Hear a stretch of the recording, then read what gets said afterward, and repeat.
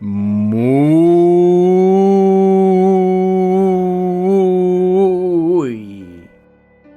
buenos días, tardes o noches a todas las personas que escuchan este programa llamado Nintan Spoiler, tercera temporada. Mi nombre es David y transmitiendo con unas risas que no sé de dónde vienen, aquí para el mundo, del inframundo probablemente, Don Nelson. ¿Cómo estamos? Bien, amigo, acá del inframundo por lo cansado, pero contento de poder estar otra semanita acá en Nitan Spoil. Ahí con los Nitan Spoilitos para poder saludarlos y que me imagino que están disfrutando ya de lo que se viene, que estamos llegando a la mitad de octubre, de este mes maravilloso como para poder recordar esas historias increíbles que tienen las películas de terror, ¿cierto? ¿Cómo has estado tú, amigo? Yo, sí, dentro de todo bien acá en las calderas, organizando de vuelta la vida, ¿cachai? Y con algunos proyectitos que quiero sacar licencia, algo que me he negado toda mi vida, quiero hacerlo ahora. Bueno, siempre hay una primera vez, amigo. Sí, así que en eso he estado, ahora es primero estudiando y de ahí empezar a practicar, pero por lo menos quiero sacar licencia de conducir porque ya me di cuenta que era necesario. No era innecesario, era Sí, necesario. no, esto es necesario. Es necesario, Sí, en de todas caso de maneras. cualquier emergencia es importante tener eso, así que más encima me imagino que Caldera es plano, po, Es casi todo plano. E igual casi sigue plano. su subida loca por ahí, pero es Ya. poco. Sí, pues sí, que igual es un buen lugar para poder hacer la evaluación. Sí, pues, primero voy a partir con la de moto y después voy a sacar la otra. Ah, muy bien, muy bien. Porque Ah. la otra yo creo que va a costar un poco más, sobre todo por el tema de ¿cómo está? Del estacionado, que ahí necesito harto apoyo. Ahí en paralelo, no, pero hay tips, amigos. Siempre ahí YouTube puede dar una mano o tratar de encontrar un auto que se estacione solo. Lo segundo es más difícil, pero siempre hay alguna alternativa. Si estuviera Kit con la idea de Hasselhoff podría ayudar. Claro, claro, sí que. Pero bien, me alegro, amigo. Lo único nomás que. Bueno, usted se porta bien, así que no hay problema ahí. Siempre del lado de la ley. Claro, porque yo sé de un grupo de personas que puede que transgredan la ley este fin de semana. Complicado, ¿eh? Complicado, Complicado, ¿no? complicado. Más encima que siempre han dicho que los luchadores se portan mal. Es como el vuelo al infierno. Sí, oye, el vuelo al infierno. Ay, qué buen documental, eso vamos a recomendarlo. Dark Side of the Ring, la historia del vuelo del infierno. Búsquenlo ahí, un documental de Vice. ¿Dónde podrían encontrarlo, amigo? En un Facebook de un canal llamado Ándate a la lucha, ahí pueden encontrarlo subtitulado al español. Gol.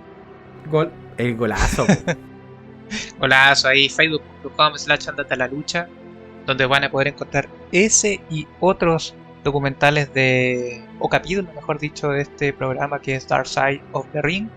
Y recomendadísimo. Y para los que conocen o fueron parte de lo que fue la era Attitude y posterior, ¿cierto? De los 2000 en adelante.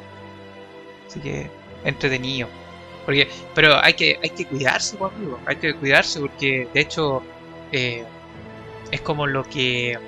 Porque estamos en un mes, ¿cierto? De celebración para nosotros, de los cuchillos. Por Hay supuesto. que, hay que tener cuidado ahí de estar siempre mirando hacia atrás, de que nos estén siguiendo. Y también al cruzar la calle. Sí, porque en el capítulo de hoy, vamos derecho al Wow. grano. En el capítulo de hoy, bueno, originalmente teníamos planificada otra película, pero si estamos hablando de slashers, no podemos obviar todo lo que viene de un país europeo bien bonito llamado Italia. País en el cual existe un género en particular llamado giallo, no sé cómo en realidad cómo se pronuncia, si acá hay alguna persona con sangre italiana que nos pueda decir cómo se pronuncia. pero un subgénero del terror basado en el suspenso, en la investigación y, ¿por qué no?, en el terror. De lo cual hay varios exponentes, pero el, la epítome de este género está con un caballero llamado Darío Argento. A lo mejor le suena más el apellido por su hija, por Asia Argento, que está metida en el movimiento Me Too. Pero hablando de Darío, el- este director tiene una amplia trayectoria y llega a hacer una película como método de venganza. Pero también ¿por qué? Porque el caballero quería dirigir una ópera llamada Rigoletto, la de Verdi, y como se la negaron, dijo, voy a vengarme haciendo una película. A la película le pone ópera. Llega a otros lugares llamada la Terror en la Ópera, del año 87. Así que, don Nelson, cuéntenos de qué se trata esta película llamada Ópera o Terror en la Ópera. Bueno, este clásico, ¿cierto?, del cine de terror.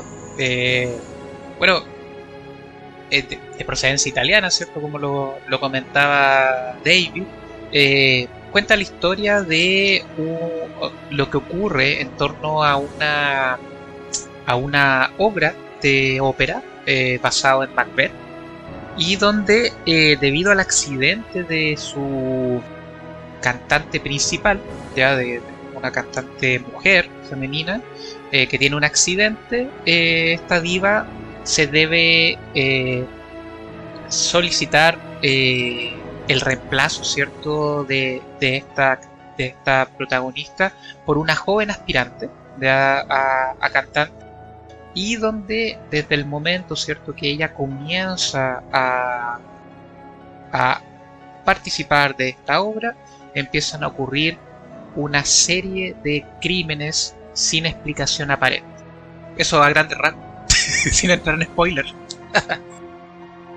Amigo, ¿usted había tenido alguna aproximación al gallo o particularmente el trabajo de Argento? La verdad es que no, amigo. Yo voy a ser franco ahí con los ni tan spoilitos. Sí había escuchado el nombre de él. De hecho, no tenía noción del protagonismo que tiene en este momento su hija. Pero sí Darío Argento, de la relevancia que él tiene a nivel de filmografía italiana.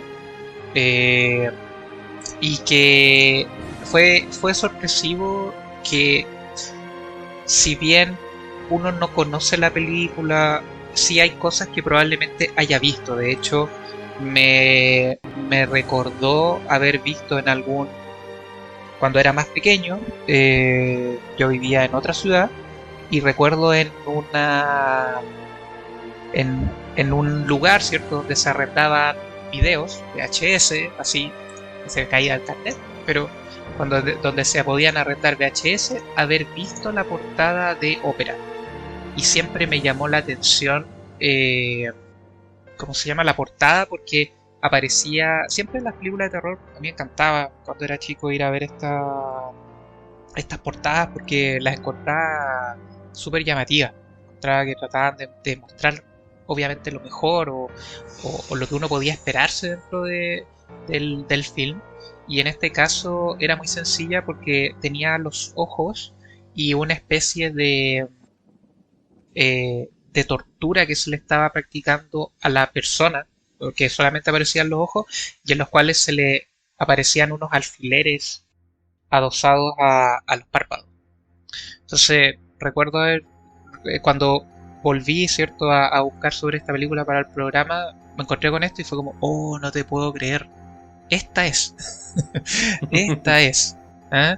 Y sí que, claro, no sé si tú nos puedes contar un poco más respecto. Lo que sí entiendo, porque después quedé interesado en interiorizar un poquito más, era de que en sí esta película no era una película que era prioridad para él. O sea, como que no está interesado en el primer juego.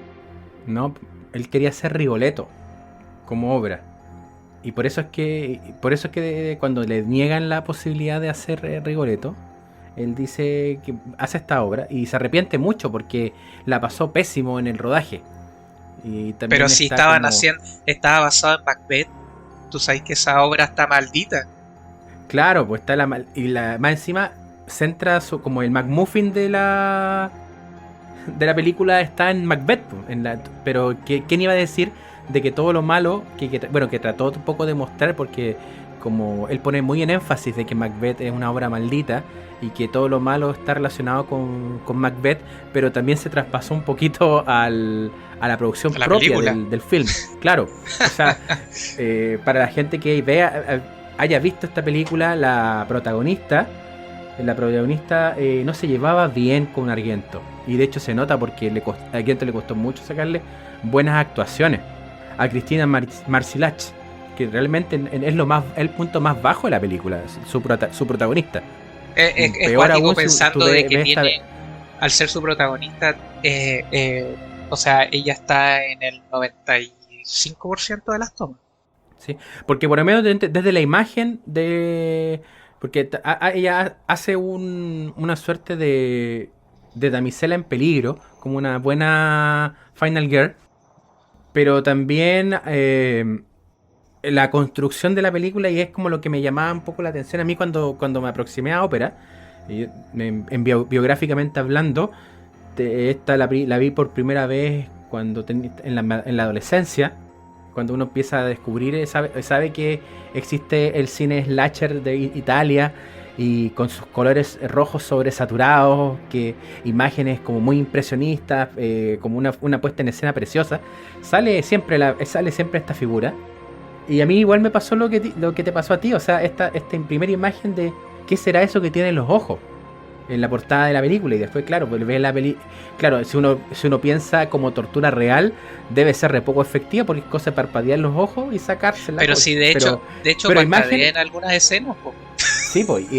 Pero pero yo me imagino eso en la vida real y que debe ser re poco práctico como para torturar a alguien, porque con el parpadeo te lo podéis sacar y sin herirte. Exacto. Y de hecho, esa idea le sale a Argento pensando en que a él siempre le reclamaron porque sus películas eran muy sangrientas. Darío Argento también era muy amigo de George Romero, un caballero que aquí le tenemos harto cariño. Alguien piola, piolita. Una piolita que hizo una película menor que nadie conoce, que se llama La Noche de los Muertos Vivientes. Ese es uno de sus amigotes. De hecho, su hija, hace Argento, trabaja en Land of the Dead. Hace un personaje, no tenía idea. Un secundario, que es una chica que es una prostituta que trabaja, para dejar de ser prostituta, empezó a trabajar como en esto, tenían una especie de Thunderdome, muy de a lo Mad Max, donde hacían pelear gente contra zombies. Buena, ¿eh? Mira, interesante el concepto. Sí. Entonces ahí, claro, pues estos dos tienen una amistad ahí más o menos bien interesante. ¿Ya? Y claro, pues esta imagen de los ojos sale porque como él hacía películas muy sangrientas, muy explícitas, la gente le reclamaba. Pues entonces dijo, a mí me gustaría que la gente no mirara para el lado cuando ve mis películas y que ponerles algo en los ojos para que estuvieran siempre viendo.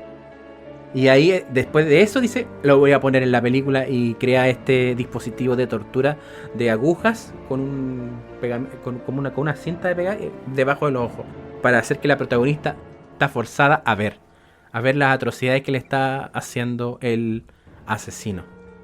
El asesino, correcto.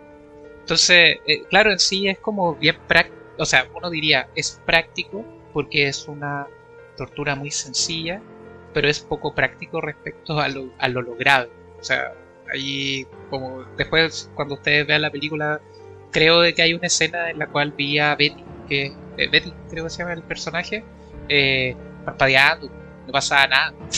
Entonces, pero la idea en sí es cool. Y de hecho, si ustedes tienen la oportunidad después de buscar en Google, ¿cierto?, la portada, van a entender, oye, probablemente para alguien que esté interiorizado en el trabajo de este director, ya igual te va a llamar la atención netamente por el aspecto visual. A lo mejor hay gente que haya partido y llegado a Argento por el remake de Suspiria, que es una de las obras más reconocidas originales de Argento, y que creo que fue Muschietti el que hizo el remake, ¿o no?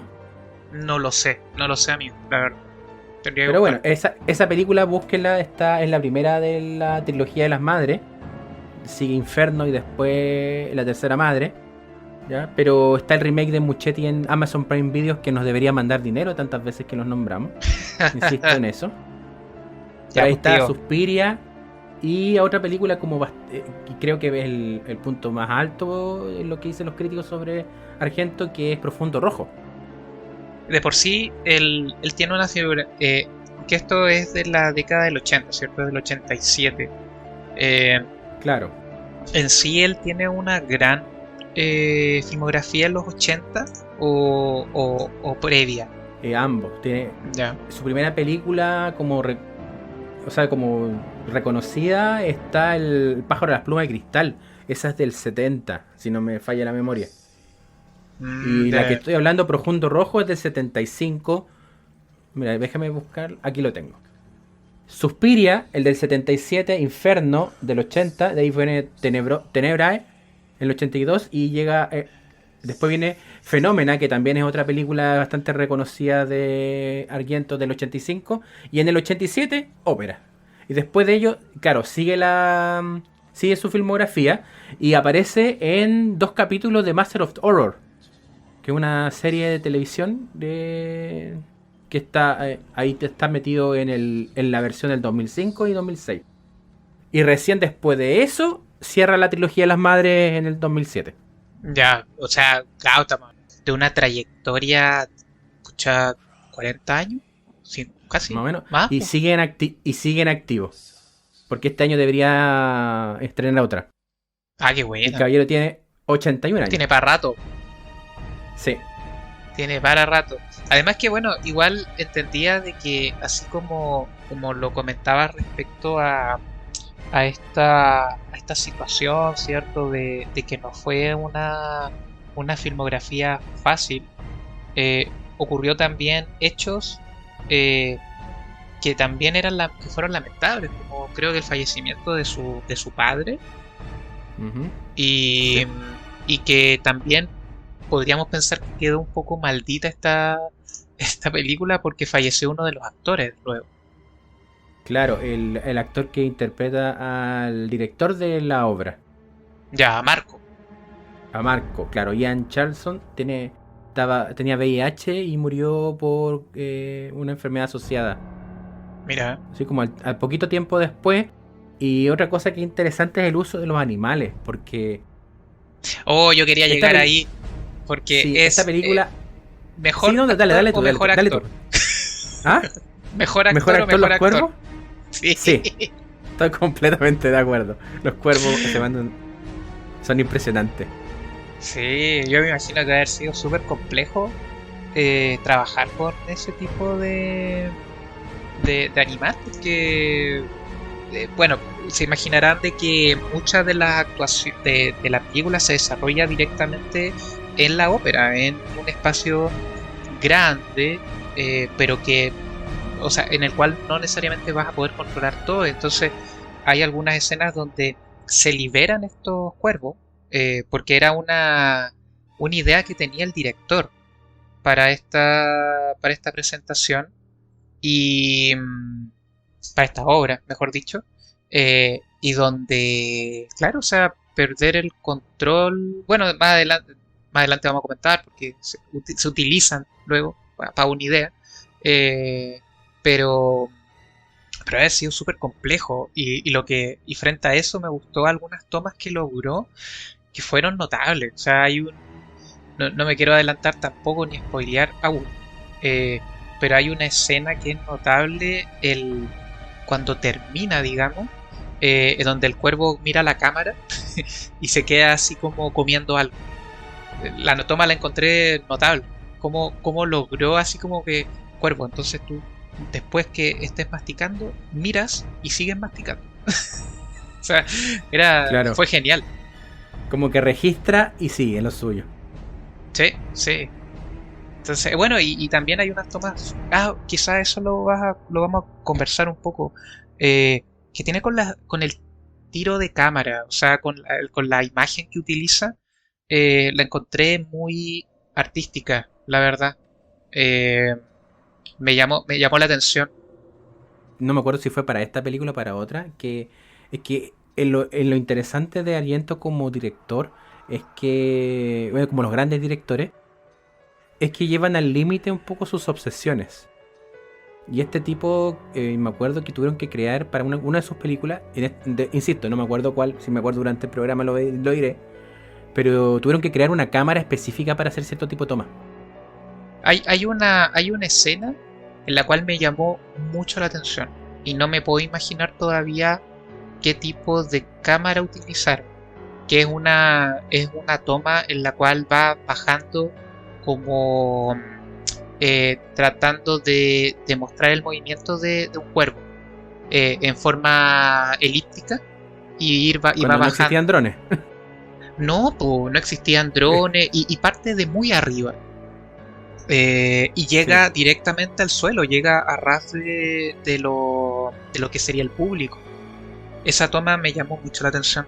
Todavía no he tenido la oportunidad de buscar, pero hasta el día de hoy me sorprende lo bonito de esa imagen. Porque además, bueno, de ahí tocamos el aspecto musical, pero se logra algo bien bonito. Y lo otro son varias tomas que trata siempre de buscar una perspectiva de close-up para lo que está ocurriendo en el lugar. Eso también lo encontré muy bonito. Por eso no podría catalogar directamente como una película de terror normal. O sea, se nota en primer lugar que es un cine europeo, pero como de una especie de ensayo de técnica. De hecho, también todo lo que está relacionado a efectos especiales, por así decirlo, por ejemplo, relacionado a las muertes que ocurren, lo encontré notable. Creo que está muy bien hecho. Cuando uno ve cómo filma y cómo quedan las muertes en la filmografía completa de este caballero, pero particularmente en esta película entiende por qué él le daba rabia que la gente se asustara y mirara para el lado, por todo el trabajo que le pone Es verdad. al asunto. Sí. Es verdad. Por ejemplo, solamente un detalle. Hay una escena en la cual hay un disparo. Y esa escena, ultra parodia. Sí, pero es notable, o sea, porque en un punto muestra el cilindro con la bala saliendo de la cámara, ¿cierto? De la recámara de la pistola. Y que juega, no sé, o sea, te da un juego muy especial respecto a lo que ocurre después, que es donde finalmente está el asesinato. Entonces, Sí. De hecho, quiero tirar la alarma de spoiler porque tengo que hablar sobre el sentido de esa escena. Ya. Así que, desde este momento, Nitan Spoiler informa que comienzan los spoilers. Valga la redundancia.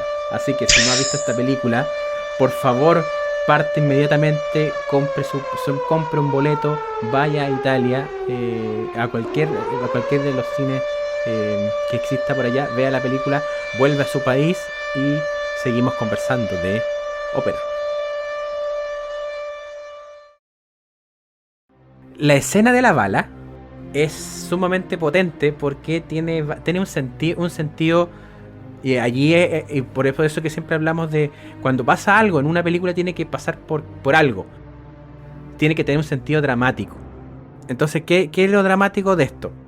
Que la protagonista está totalmente desamparada, está paralelamente buscando cómo conectar su teléfono. Tiene otra persona, que es la persona que siempre ha confiado, que a todo esto, como dato rosa de la película, era la ex esposa de Argento. Y que, claro, pues no estaban en mejores términos, pero accedió porque le gustaba el personaje y estaba muy asustada por la escena. Porque les tuvieron que poner un explosivo en la cabeza para hacerlo. ¡Oh, brígido! Sí, porque ella era el personaje de la gente, ¿cierto? Era la gente, de Betty. De Betty, claro. Y ella era la figura que protegía a Betty constantemente. De hecho, es la que más se preocupaba por ella y Y era como un personaje importante para la protagonista. Entonces esto de que, y además juegan en ese lado, con que hay un policía, porque la policía se involucra en supuestamente proteger a Betty, pero en realidad eran unos inútiles, como es regular en todas las películas del género slasher y en la vida real. Correcto. Una inutilidad tremenda de la policía. Entonces, claro, pues te dicen que te está protegiendo a la policía, pero no sabes si realmente es, al final sabes que no es un asesino. Es que es notable la conversación, porque esta chica, este intercambio que hay, porque ella se pone unas botas, entonces no ve directamente a la persona que entra, pero se había puesto de acuerdo anteriormente con el detective para que la protegiera. Entonces dice, no, pasa nomás, yo estoy con unas cosas en los ojitos, así que no te preocupes, ponete cómodo y me cuidáis, tú me cuidas, claro. Ya, y entonces después entra la... ¿Eh? Dale. Y entra en escena esto, entonces te construyeron que la protagonista es total y absolutamente indefensa, y de hecho todo lo que está haciendo ni siquiera es para poder defenderse, es para llamar a alguien que la defienda, porque ella no va a poder en ese momento. Entonces está buscando el teléfono. Y por otro lado tenés la persona que te está protegiendo, que duda de que la persona que está detrás de la puerta, y hay una mirilla, sea un policía. Entonces el policía le empieza a mostrar, mira mi placa, mire mi pistola, y después engancha la pistola y hace el disparo. Entonces ahí, claro, esa toma de la bala gigante y que es una maqueta, y tuvieron que construir todo eso para poder hacer la toma de la bala. Entra la bala, traspasa la cabeza, salta el explosivo, y la misma bala rompe el teléfono, revienta el teléfono. Claro. Entonces lo dramático de esa toma es que desamparaste más aún a la protagonista, porque ni siquiera tiene a alguien que la está protegiendo. Le mataste eso y le mataste la posibilidad de comunicarse. Alguien que en ese momento no puede ver. Y ahí yo creo que toma un poco lo que dice Nelson respecto al sonido, porque la forma de defenderse que ella encontró era la forma en que se relajaba, que era a través de la música. Un poco como hacer menos visible sus movimientos, quitando como distrayendo al asesino con la música. Y es algo que creo que es regular también en la obra de Argento, pero centrándonos en ópera, tiene este sentido de cómo se hace, de cómo se presenta la música, y que más allá de la historia, porque la historia es sumamente simple, podría decirse que es hasta predecible la identidad del asesino.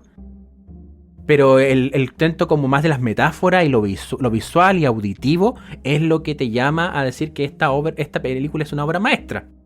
Es que, David, tú te imaginarás mi sorpresa cuando obviamente uno entiende de que te vas a encontrar con piezas de musicales, ¿cierto? De ópera o de música un poco más clásica en gran cantidad de la película. Estaba cayendo, por así decirlo.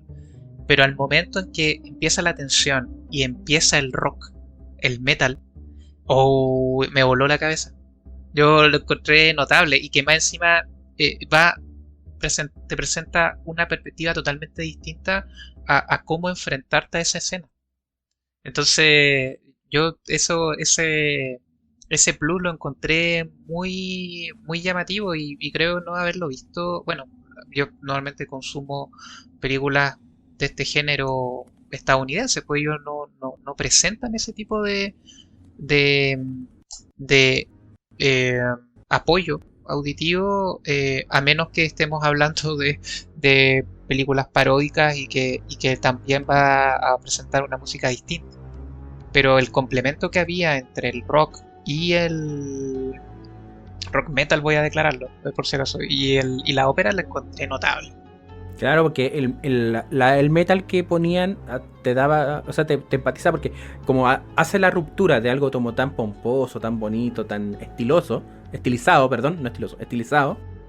y te ponen metal, claro, te rompe en angustia, porque la música metal busca angustia. ¿Sí? Ese es como el sentido de por algo tan pesada. Esa es una forma de expresividad. Y te trata de transmitir a ti, como espectador, las sensaciones de angustia, de ansiedad y de sobrecogimiento, de estar estar tremendamente sobreestimulado en una situación límite. Te trata de transmitir eso, y de hecho la protagonista está en esa parada, po. La música te hace el sentido más que la actuación, porque, insisto, la protagonista es lo peor de la película. y por favor, y esto es un disclaimer antes de que seguir hablando de la película. Yo cuando la vi en mi adolescencia me conseguí la copia en original en italiano. Desgraciadamente perdí el disco quería hablar de eso. Necesitaba hablar de... Oye, pero hay una... Lo que pasa es que esta película tuvo distribución en Estados Unidos y por eso es que le cambian el nombre a Terror en la ópera. Porque decían que ópera solo era muy poco llamativo. Le hacen un doblaje y el doblaje es horrible. Es asqueroso. Yo te voy a contar que, bueno, yo la vi con doblaje en inglés y... pucha, es increíble cómo se pierde todo sensación de respecto a los actores. En primer lugar, son planos, todos son planos. Y de hecho me imagino casi como... porque hay algunas... hay alguna escena donde hay alguna música como un poco más sugerente. Entonces me imaginaba casi como fueron a donde actores que doblaban de estas películas de cine B, por ejemplo, que llegaban a Estados Unidos, o casi así como casi películas por así onda como lo más barato posible. Oye, necesitamos que doblen esto. Pero te prometo que casi veía a Rocco Siffrinn ahí hablando. De verdad, sí, o sea, es muy malo. Es muy malo el doblaje. Eso se súmale, el doblaje malo con una actriz que lo hace mal. Le quita todo así. Es como que hoy están pasando cosas súper terribles y a la actriz no le importan. Ese es el punto, como que no importa. De hecho, te voy a contar una infidencia que cuando llegamos al final y ocurre este enfrentamiento con el asesino y le dice que la va a apoyar y cosas así, te prometo que me quedé como un poco plot, porque dije, ¿esto es plot twist? ¿Cómo? No, lamentablemente por el tono de voz no se logra dimensionar el estrés o cómo está tratando de salir del problema. Y de hecho después cuando empieza a hablar con la policía o los militares que llegaron, porque llegaron con una ametralladora gigante, también es demasiado plano, como que no se entiende por lo que pasó. Así como, oye, ¿qué? ¿Estuviste hablando con...? ¿Cómo lo hiciste para poder zafar? No, hablé con él. Ah, mira qué bien, sí. Fin. Listo, es terrible. Así que, por favor, verla en inglés sea su última opción. Búsquenla en italiano. O sea, porque si se quieren reír un rato, está bien. Ah, claro, pero es que hay gente que se va a distraer con eso. Si usted tiene amiga o amigo auditor, si usted tiene la capacidad de abstraerse de lo malo que es el doblaje y aún así disfrutar la película, por favor, lo felicito. Pero la recomendación de acá de Internet Spoiler Incorporated es véala en su idioma original, por favor. Porque inclusive, no solamente, ya no es en la actuación, sino que también se pierden algunas metáforas y chistes. Hay un chiste, de hecho, que es cuando está conversando con la vestuarista el policía, que después descubrimos que... Bueno, estamos con spoilers. Después descubrimos que él es el asesino. Uh-huh. Y hay un chiste sobre el fascismo. Ah, no caché. Nada. Sí, nada. Y ese chiste no está en la versión en inglés. Y como ese, varios. Yeah. Hay harta política metida ahí, o sea, esperados pensando en la historia de Italia y que este caballero es amigo de otro Rogelio gringo de Romero. No puedes esperar otra cosa. Claro. Oye, más encima, justo viste con un personaje que a mí me dejó como marcando un poco, que era Julia, que era la vestuarista. Qué buen personaje. Que debido al doblaje hay como ciertas incoherencias en su hablar. Sí. Ese problema que sí. Yo me quedo con eso, porque era como incoherente, porque tenía diálogos que eran como oh no, necesito una tijera, voy a buscarla, y mostraba y decía, oh no está acá, voy a buscarla, Y después decía, oh no, no la he encontrado. Pero si estaba acá. Claro, es como es que ¿Y eso dónde está la con tijera? el Era traspaso al público estadounidense. De hecho, hay gente que critica ópera porque la encuentran muy estadounidense, más que la obra completa italiana, más del estilo italiano propio del Gallo. Pero yo estoy en desacuerdo con eso. Y entiendo que hayan hecho esto de sobreexplicar porque el diálogo original era distinto, es un diálogo como alguien reaccionando y haciendo cosas, y que el espectador se tiene que dar cuenta que va a ir a buscar la tijera. Entonces el diálogo en estadounidense le pone más énfasis a va a buscar una tijera, entonces hay un arma dando vuelta. Y cuando te dicen tanto tijera, sabes que la van a ocupar. ¿Y qué manera de ocupar la tijera?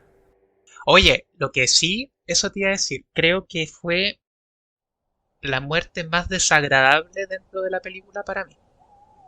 Por el Sí, ruido, el uso de efectos de sonido, creo que está muy bien logrado. claro. Entonces también otra cosa que es como clásico es que las personas que trabajan o sea, modistas, vestuaristas, por ejemplo, mi tía y mi abuela eran vestuaristas modistas. Entonces siempre tenían como máquinas de coser. De hecho, hasta el día de hoy teníamos tenía unas máquinas antiguas y las vendí. Y todavía me arrepiento de eso porque es algo histórico. Es No, sí, que, pero terrible, eso ya, pero pasa, amigo. Uno nunca, un nunca dolor que todavía le tengo ve de ese cadera valor. acá, Uno acá. nunca le ve el valor a esas cosas. Es como yo Sí, también me acuerdo tenía una máquina de escribir antigua y voló. y la cuestión es que, claro, pues es típico de las personas que trabajan haciendo vestuario, arreglos de ese tipo, es meterse cosas en la boca. Entonces, claro, es súper coherente con lo que la disciplina de ese personaje. Y se mete en la boca algo que es importante para el asesino, que podría revelar su identidad. Y el vecino no puede no puede recuperarlo. Y de hecho llega a hacer una traqueotomía para poder Oh, extirpar. compadre. Ah, es que por eso Y te digo, que, me estoy recordando me oye, estoy recordando los sonidos. sí, y es muy, muy realista esto de que está metiendo el dedo en un espacio que tiene un tubular y que es semihueco y que está con líquido, que es sangre. Mm. Mientras busca esta cuestión, entonces introduce la cuestión, suena como sonaría una tráquea abriéndose. Si hay médicos médicos, enfermeras, profesionales de la salud, que nos digan si suena así o no. Nunca he visto una traqueotomía en vivo. pero Le sí, me mandaríamos imagino después el que. minuto en donde tienen que verlo, pero sí, yo creo que está demasiado bien logrado. Y claro, pues empieza a escarbar y saca el objeto de la tráquea. Mientras en el otro plano tenía la protagonista, que el tipo dice: yo te quiero mostrar todo lo que hago. Porque le empieza a matar personas cercanas. Pues le mató a su pololo, que es otro punto relacionado con lo que es la sexualidad, pero ya llegaremos allá. Le mata a su Mm. pololo. Le mata ahora a esta niña que era su amiga. Le mata a sus puras personas cercanas. Y él busca que ella vea y no se pierda detalle alguno de esto. ¿Por qué? El torturarla es parte de algo que quiere expresar el asesino. De Y se hecho hay presenta. hay algo que uno ve, a mí me sucedió, que uno ve pero no observa bien, que tiene que ver en una escena cuando está en la ópera, digamos, está desarrollando la obra, eh, creo que es ahí, en el cual se ve a eh, un tras bambalinas en Tramoyista. backstage, se Sí, ve a una mujer gritando y se ve arrancando. Y es una escena que dura muy poquito. Entonces creo de que lo interesante es que después a mí se me olvidó, la verdad. Como que, por eso te decía, era como muy artística la película, entonces dije, ya, de ahí la retomará. Y claro, más adelante empieza a darle más sentido a ciertas cosas que se fueron observando. Y que ya después empieza a tener como más coherencia eh, para la trama y también por lo que pasaba la misma Betty en este caso. te trataron de transmitir de que Betty estaba traumada por algo. Claro, De hecho, por eso es que también es tan confuso el final y la revelación del asesino. sí, Que te po. dice. Es súper confuso y creo que también eso influye mucho el doblaje, ojo. Porque, claro, la película te dice Betty está traumada. ¿Y por qué uno podría inferir que está traumada? Porque si matan, te secuestran, te atan a una silla, te ponen agujas en los ojos para que veas un crimen, ¿tú qué vayas a hacer? Vaya a hablar con los pacos, po. Vaya a poner la denuncia o algo. Ella se arrancaba y no quería. Correcto. La pregunta es ¿por qué no hacía eso? Porque, o sea, tú lo ves y es absurdo. Hasta la película más revisionista del género, que es Scream, que se burla un poco de ello, un poco de ello y como la relación que tienen los protagonistas en una slasher frente a la autoridad, lo hacen, hablan con los pacos. Pero acá no pasa. Y claro, después pasa de nuevo y lo habla de manera tal de que no queda como oficial, es como una conversación de pasillo. Es como apelando a la confianza que tiene en el investigador. Entonces, ¿por qué sucede esto? Y claro, uno después entiende que es por un trauma. Ay, claro, después se entiende. Y de hecho, habían dos escenas, una que tenía que ver esa, y la otra que es cuando muestran por primera vez a la niña, cuando está viendo por televisión la ópera. Y, Sí. y como que, está maravillada, digamos. Como que también en un momento dije, pucha, no tendrán que rescatar, digamos, a este personaje. Y claro, después tiene una relevancia cuando es el nexo para poder salvarse de esta muerte segura que iba a tener luego del balazo, de la muerte de la amiga.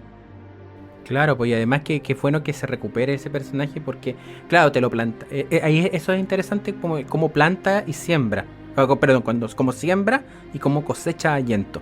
Porque te planta estos dos personajes, el de la niña y la mamá como alguien que está rondando y que se le ve fuera de la casa, o sea, del departamento. Entonces cuando aparece el asesino o el policía, está siempre la duda de que podría ser otro de los vecinos que está rondando, porque ya te mostraron que hay vecinos que hacen cosas justo fuera de la casa. Claro. Entonces, eso yo creo que fue bonito ir descubriendo dentro de la película. Y como te digo, también la parte de las imágenes. Había otra que quería rescatar que tenía que ver cuando que recién rescatábamos lo que tenía que ver con la bala, ¿cierto? Cuando tenía estas miradas del cerebro. Sí, del cerebro del asesino.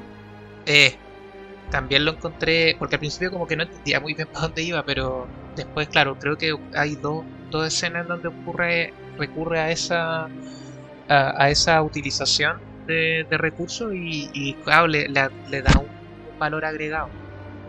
Sí, como que, ¿cachai? Que el tipo que está haciendo esto está muy mal de la cabeza. Sí. Oye, y tal vez por eso, tal vez me voy a basar en que no entendí bien debido al doblaje, ¿ya? Que no encontré muy coherente y como que no entendí muy bien el plan del director para poder encontrar al culpable. ¿Se explica mejor en italiano? Más o menos, pero que también es casi una cantinflada, porque el sentido de esto es la memoria de los cuervos. Porque, claro, eso no entendí, por eso, la verdad no lo entendí. Lo que pasa es que como la película está, lo que le pasa a la protagonista y lo que le pasa al asesino tiene que ver con traumas. Los traumas los puedes recordar vívidamente o los puedes reprimir. Que en este caso el trauma de la protagonista estaba reprimido. Y los cuervos se caracterizan, aparte de ser muy empáticos y comer ojos, por su memoria. Entonces la idea, y como los cuervos habían sido agredidos, empatizan con sus otros congéneres cuervos. Y es como esto del cría cuervo y te sacarán los ojos. Entonces, ¿a quién liberando los cuervos iban a recordar y iban a buscar a la persona que atacó al resto? No sé cómo se dice una bandada, ¿será? El grupo sí, una bandada, correcto. Ya, una bandada de cuervos. Entonces sale la bandada y la bandada va a hacer justicia. Y claro, pero es que la forma en que ocurre todo para mí fue como sorpresiva, porque o sea, nadie sabía, solo el director, pero sale la jaula de repente con un tipo dentro. Y yo dije, ¿qué onda? ¿Qué ocurre acá? Y de hecho me sentí con la misma interrogante que el público. El público también como que empieza a decir, oye, esto es parte del show. Entonces, Y como que al principio no querían salir los cuervos y después salen. De hecho, me imaginé que la persona que estaba adentro era el entrenador de los cuervos, de la película, algo así. Sí, pues de hecho. De hecho era el entrenador porque después era un culo buscar todos los cuervos. O sea, se perdieron cuervos en la película. ¿Animales fueron dañados en la película? Sí. ¿Los amigos animalistas cancelarían a Darío Argento? Sí. Sí. De todas maneras. Oye, Sí. de hecho me imaginé a que dos de esos cuerpos después se arrancaron y eran los que aparecían en el ISAT. Puede Antonio ser. y Darío. Antonio y Darío.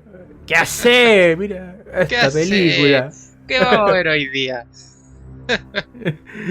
Y que después evolucionaron y aparecieron en Rick and Morty. Ah, sí, pues. De hecho, eran los partners oficiales. Se fueron a su planeta. Sí, pero ahí está el cuento. Ahí está el cuento de que más que una coherencia real, era un sentido artístico del uso del cuervo. Constante. Perfecto. Porque Ahora yo me hablaste lo entiendo más. Sí, pero tú hablaste de las tomas de los cuervos porque que eran maravillosas. O sea, Sí. y lo bonito es que parece los ojos, con la forma en que los capta, se ven como obturadores. Exacto.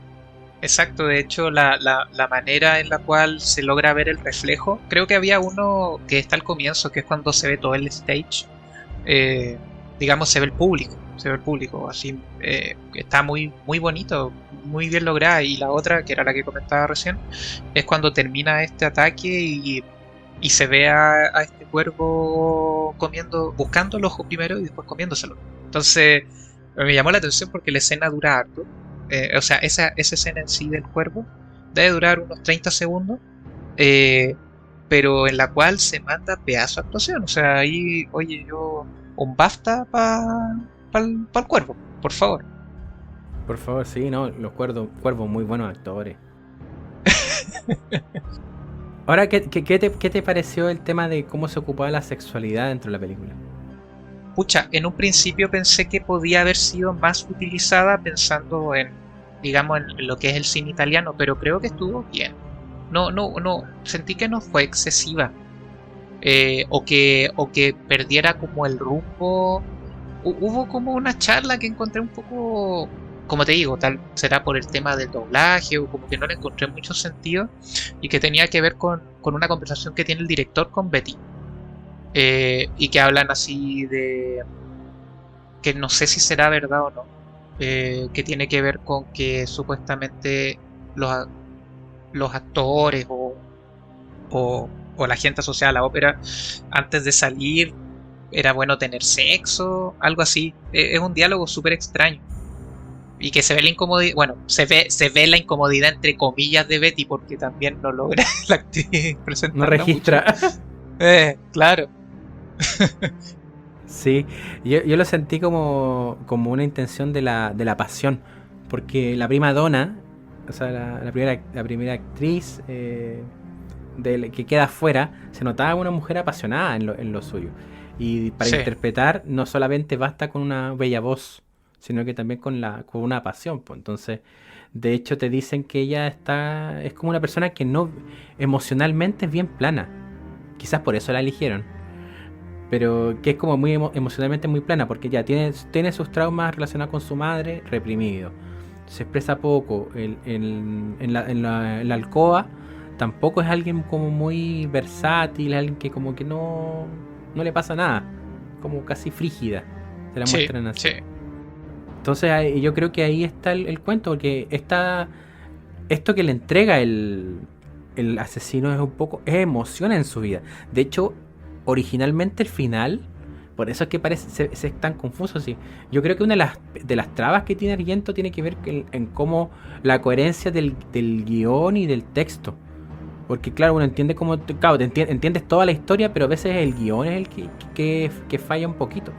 Y una de las cosas de las ideas originales era de que Betty se fuera con el Paco, se fuera con él cuando llegan en los Alpes.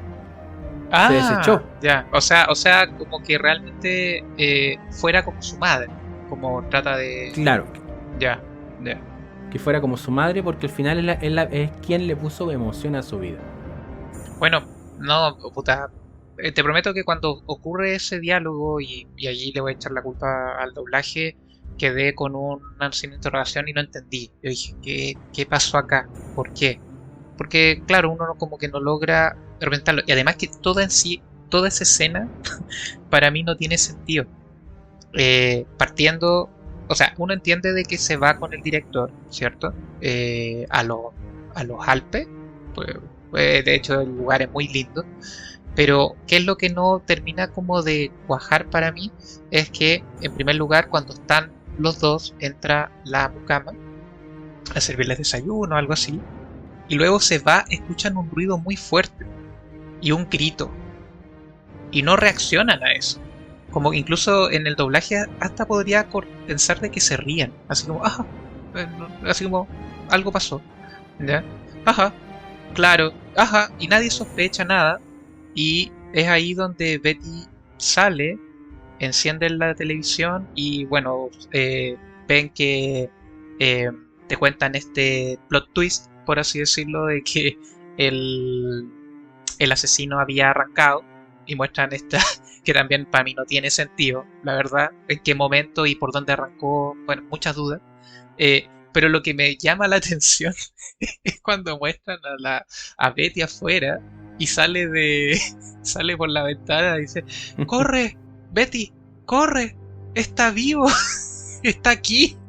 Y como está que vivo. es como, y está vivo, y es como, y Betty corre, pero es tan absurdo, lo encuentro muy absurdo porque después muestran al otro compadre corriendo atrás. ¿Y qué pasó con el director? Y de repente aparece el director y le hace un tackle.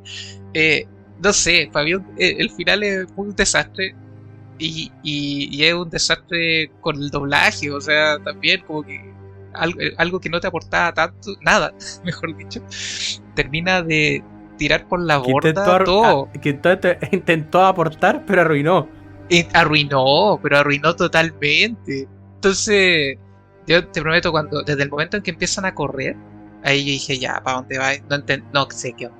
Y luego cuando tienen este diálogo y le dice, no, cambié, he disfrutado como mataste a esta persona, porque luego mata al director, algo cambió en mí y quiero irme contigo. Y es como, ¿qué?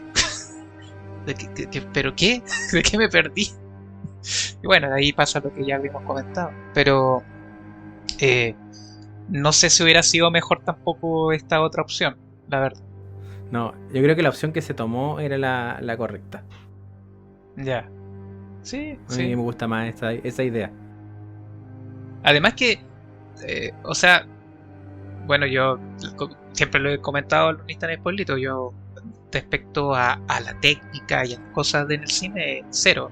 Pero también encontraba muy simpático esta filmación que estaba haciendo el director de los Alpes con una mosca amarrada con caña de pescar. Sí.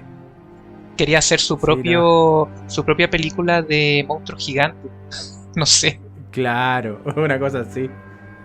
Que también el tipo, de hecho, el tipo está incursionando, po. Si era un director, Claro. Un director de, también era director, también era un poco medio semi biográfico el personaje que Argento claramente se ve reflejado en él. No lo había pensado. Ya. Puede ser. Sí.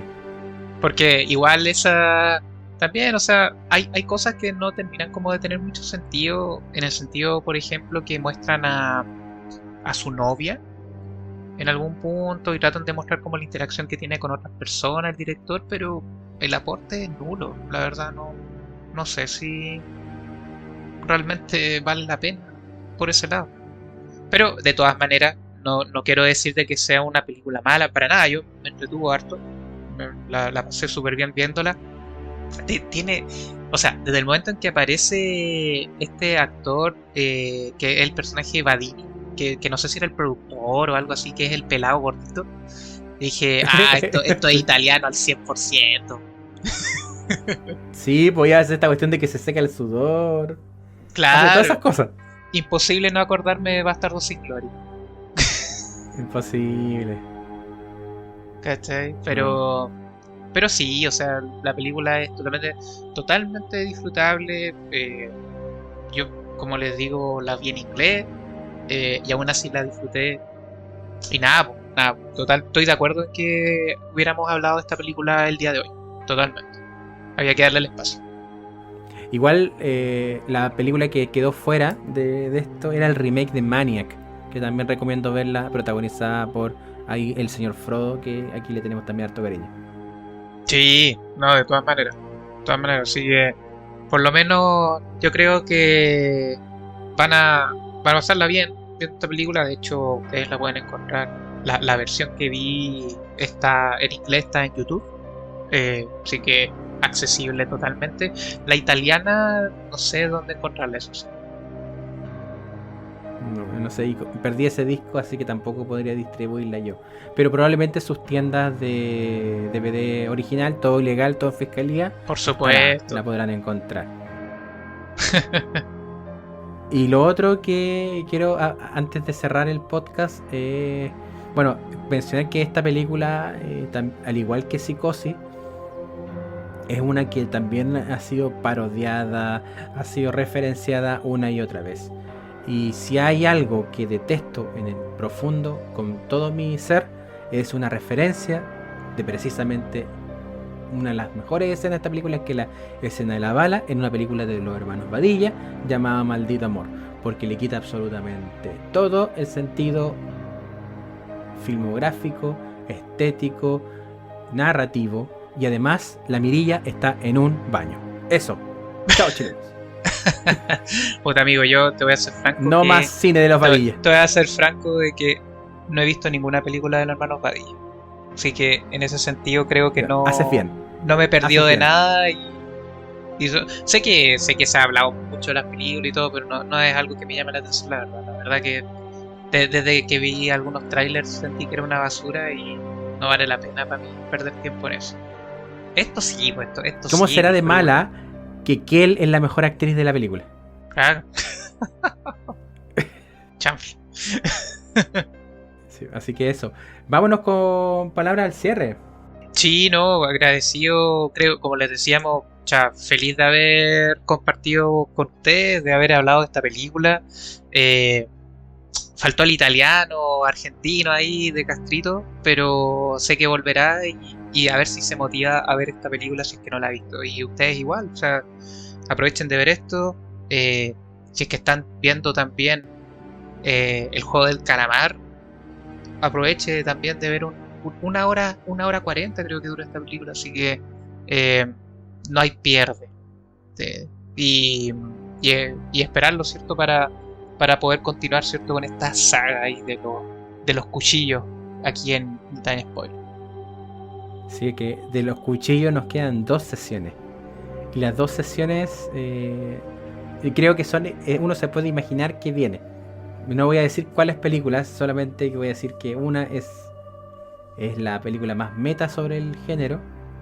Y la segunda es la muy anticipada película que define las reglas del juego. Eso nomás para que puedan adivinar de qué hablaremos en las 2 próximas semanas. E invitarlos a que nos sigan en todas nuestras redes sociales. Nos encuentran en Facebook, en Instagram, en Twitter y en el TikTok de Castrito. Y para audio en Spotify, en Anchor, en Apple Podcast, en Google Podcast, en eBooks, en YouTube. Y ahora experimentando con Facebook Podcast, que aún no sé cómo funciona. Eso sería todo por el día de hoy. Nos escuchamos en breve. ¡Chau! Chabela, chau.